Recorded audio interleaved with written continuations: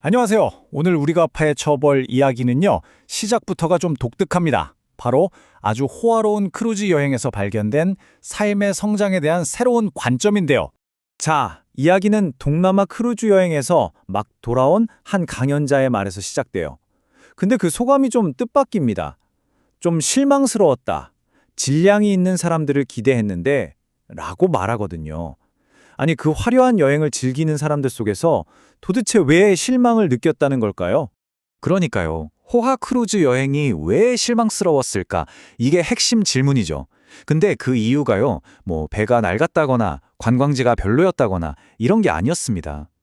바로 거기서 마주친 사람들의 질. 그러니까 강연자의 표현을 빌리자면 영적인 질량 때문이었다고 해요. 아, 사람들의 질량이라니? 이게 무슨 말일까요? 자, 실망한 이유가 바로 여기에 숨어 있습니다. 애초에 이 여행의 목적이 단순한 관광이 아니었던 거죠. 이분은요, 우리가 발 딛고 사는 이 육지와는 차원이 다른 저 광활한 바다의 기운, 그 에너지를 직접 느끼고 관찰하러 갔던 겁니다. 그리고 바로 이 경험을 통해서 세상을 바라보는 아주 근본적인 원칙 하나를 발견하게 됩니다. 자, 그렇다면 과연 이 바다에 숨겨진 힘이란 대체 무엇이었을까요? 한번 들어가 보시죠.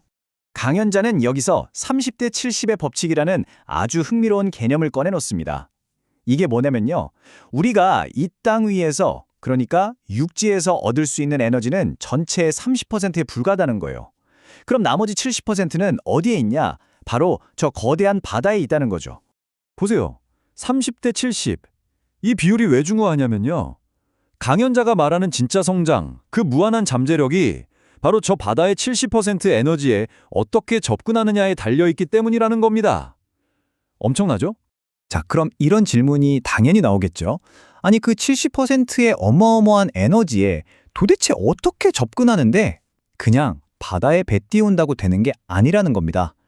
핵심은요, 바로 우리 안에 있어요. 우리의 내면 상태, 그러니까 생각의 질과 질량에 달려있다는 거죠. 바로 이겁니다. 대자연의 에너지는 저절로 움직이지만 내 질량에 맞게 움직인다. 이게 핵심이에요. 그러니까 우주가 자연의 에너지를 그냥 막 주는 게 아니라는 거죠. 딱 내 그릇만큼, 내 생각의 수준만큼만 준다는 겁니다. 그럼 그 질량이라는 건 뭘까요? 여기서 아주 명확하게 갈립니다. 한쪽은 낮은 질량, 즉 개인을 위한 생각이에요. 오로지 나 자신만을 위해 사는 거죠. 반대쪽은 높은 질량, 공적인 생각입니다. 다른 사람, 우리 사회 전체를 위해 사는 것. 어떤 생각의 무게가 더 무거울지는 너무나 명확하죠. 바로 이렇게 내 생각의 차원을 개인적인 것에서 공적인 것으로 끌어올리는 것. 이것이야말로 이 크루즈 여행에서 시작된 여정의 진짜 목적지입니다. 강연자는 이걸 영적 성장이라고 부르는데요. 자, 그럼 그가 말하는 영적 성장이란 과연 구체적으로 뭘 의미하는 걸까요? 자, 그가 정의하는 영성 성장은 이렇습니다. 인류를 널리 이롭게 하는 삶을 공부해서 내 질량과 내공을 키우는 것. 여기서 중요한 건 공부한다는 거예요. 그냥 마음만 착하게 먹는 게 아니라 어떻게 해야 인류 전체에 도움이 될지를 치열하게 공부해서 내면의 힘, 바로 내공을 쌓는 과정이라는 거죠. 우리가 보통 생각하는 영성과는 좀 다르죠? 그리고 바로 이 지점에서 아주 중요한 오해 하나를 바로잡고 넘어갑니다. 흔히들 영성이라고 하면 귀신을 본다거나 신과 접촉한다거나 하는 접신 현상을 떠올리기 쉬운데요. 강연자는 그건 진짜 영성 성장이 아니라고 선을 딱 긋습니다. 진정한 영성은 높은 질량의 생각, 내공, 그리고 인류에 기여하는 삶이라는 거죠. 그러니까요, 진짜 영성이 깊어지면 보이지 않는 걸 보는 신비한 능력이 생기는 게 아니에요. 그 대신 바로 내 눈앞에 있는 저 사람의 상태와 질량을 꿰뚫어 볼 수 있게 되는 겁니다. 그리고 그 사람을 어떻게 도와야 할지 그 길이 명확하게 보이는 지혜가 생기는 거죠. 자, 그럼 좋습니다. 이렇게 바다에서 큰 깨달음을 얻고 다시 육지로 돌아왔어요. 그럼 이제 어떻게 행동해야 할까요? 여기서 말하는 새로운 임무는 아마 여러분이 생각하는 것과는 조금 다를 겁니다. 보통 우리가 사회를 위한다고 하면 떠올리는 것들이 있죠? 길거리 쓰레기를 줍는다거나 무료 급식소에서 봉사를 한다거나 전통적인 의미의 자선 활동 같은 것들이요. 근데 강연자는 해법이 이런 데 있지 않다고 말합니다. 훨씬 더 근본적인 접근이 필요하다는 거죠. 그럼 그 근본적인 접근이 뭐냐? 바로 이겁니다.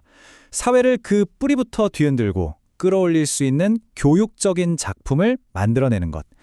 강연자는 이걸 좀 거창하게 신패러다임 문화사업이라고 부르는데요.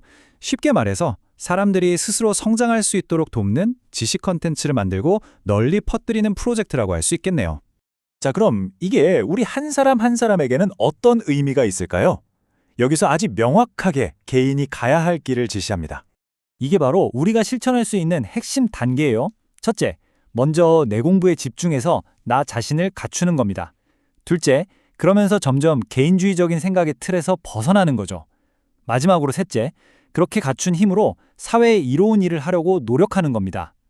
결국 진정한 변화는 나를 바로 세우는 데서 시작해서 그 힘이 자연스럽게 사회로 흘러나가는 거죠.